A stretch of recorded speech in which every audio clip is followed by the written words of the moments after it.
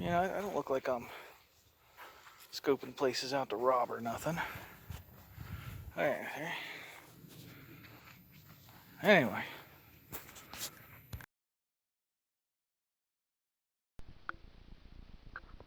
Yeah, looks like it's recording. Okie dokie.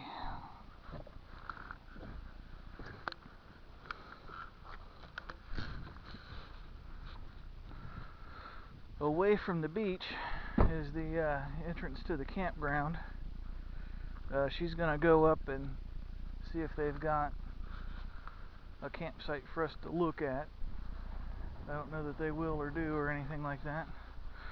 The camp check-in office is that building right there. Now they have a little wooden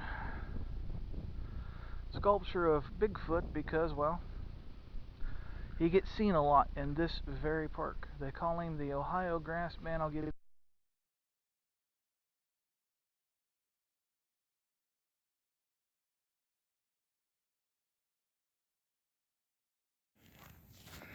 I did this before with the GoPro, but unbeknownst to me, it died. So we stopped by on the way out. When we got here, we went over to the ranger station, which is right there, to get permission to go in and see the campgrounds, which they were nice enough to give us. And you'll notice there's a Bigfoot cutout right there. There's a story about that. This area of Ohio is very well known for Bigfoot sightings. They call him Grassman here.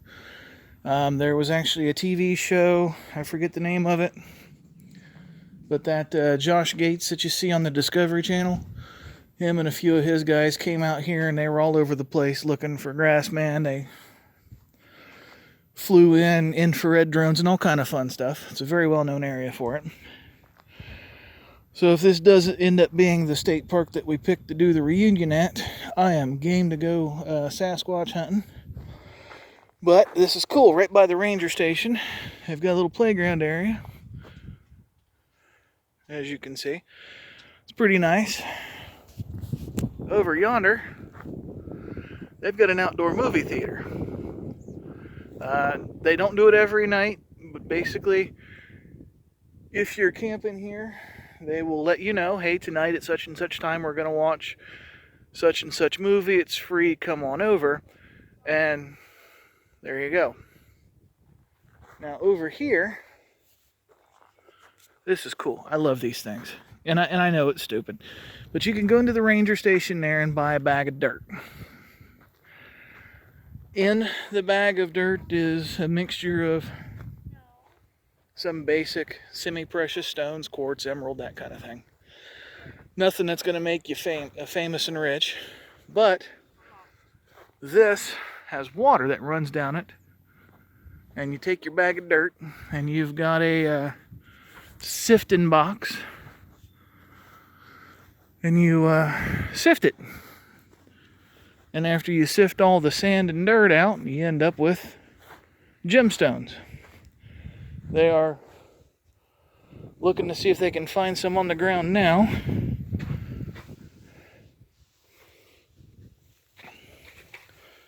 I see rocks. What am I looking at? Blue is like a soapstone. Okay. I believe. Oh, there you go. Here, I don't want them. But anyway, there's water that comes down this little path here. And you keep rinsing out your dirt. And what's left in the bottom will be gemstones of some caliber. Let me see. And they're looking to see if they can find some in the gravel. But it's actually kind of cool. Let me see. I think I've talked about everything that I talked about before while my GoPro was dead in my pocket. I'm angry at my GoPro. It said that it had 2.5 hours of battery life. I got 40 minutes of recording and then it died. Angry at the GoPro. Just, Anyway, so if this ends up being the place that we pick for the 2020 reunion, we will, for sure, ourselves be getting a campsite or two. And you guys can come hang out with us and look for some gemstones. We'll go hunt some Bigfoot, play on the playground, whatever. We are off to the lodge, which is where you also would rent a cabin. Hopefully they've got one that they can let us into. I'll check back in a minute.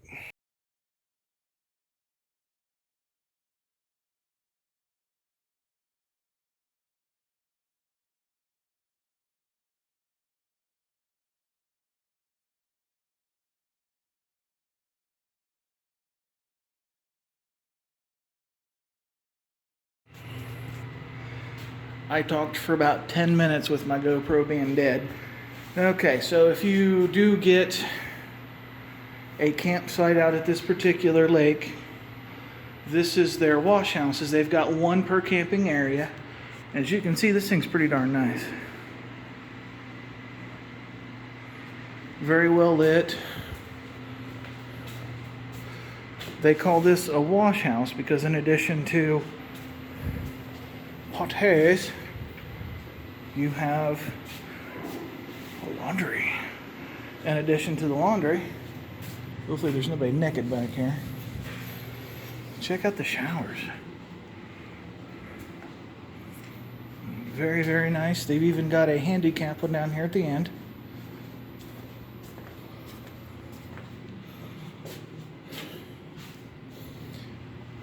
And this is just one of 3 or 4.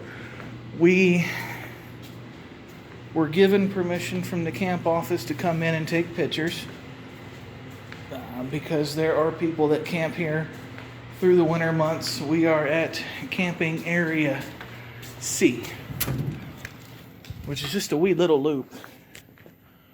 Real nice area. This road goes on up to D and E and I don't know, wherever.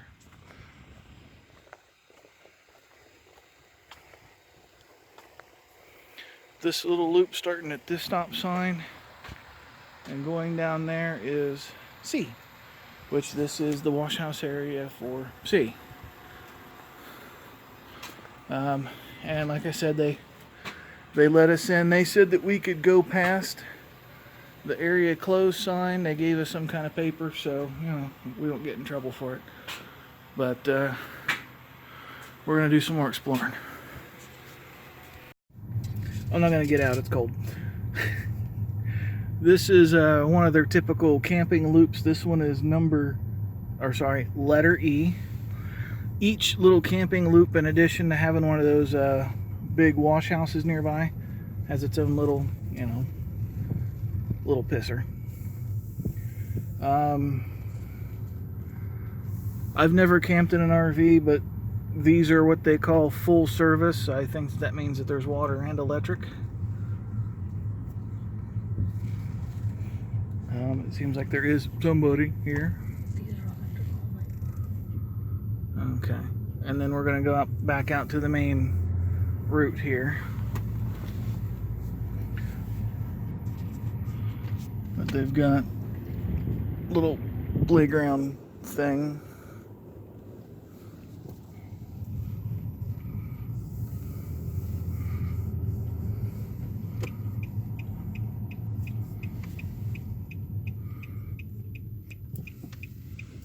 There's a 1-mile hiking trail for looking at wildlife, which is kind of cool. We are up there. Check that out.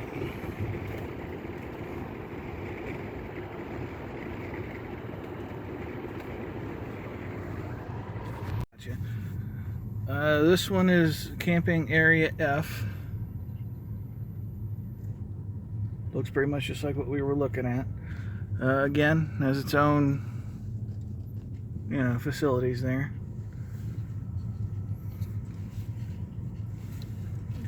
Oh, you can actually see the lake from up here. Mm-hmm. Cool. What I've been told is that the ones that just have the gray post are electric sites, and the ones that have the gray post and the green post are full hookup. They have water too.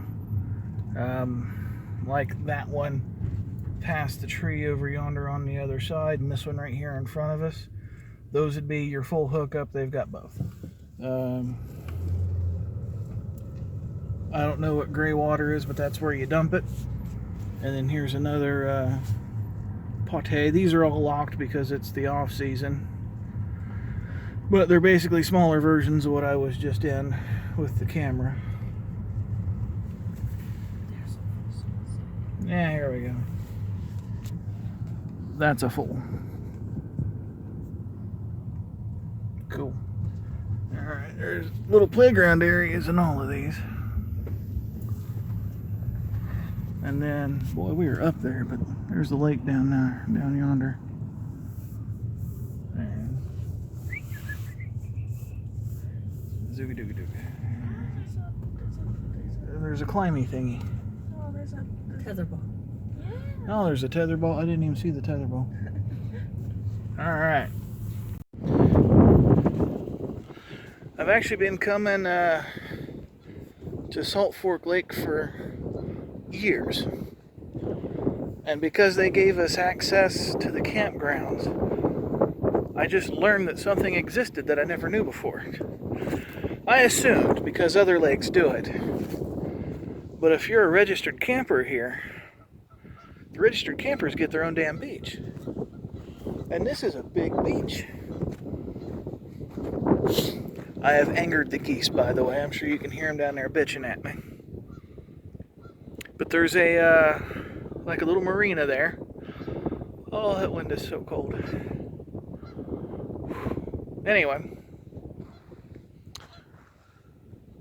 And then it goes all the way up to where the grass is there. This is some really soft sand, too. This stuff looks great. But, let's get up here and take a look at this. Now, like I said, other lakes do this.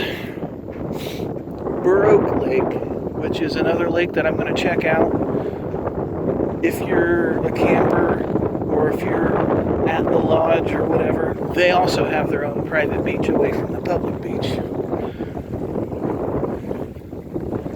But I wonder, well, there's no real shelter facilities though to speak of. Oh my god, that wind. Anyway, there's a marina here specific for the campers, so in addition to the campers getting their own beach, they get their own marina. I believe that little house right there is for renting equipment or registering your equipment before you launch it. And this is a trailhead. I don't know where that trail goes, but this place is full of nature trails. Oh, hey. Look at the fat footprints. Some fat guy with a limp just walked through here. Look at that. That's weird. You can actually see my limp. Oh, that wind's cold. Anyway, back to the car. It's cold.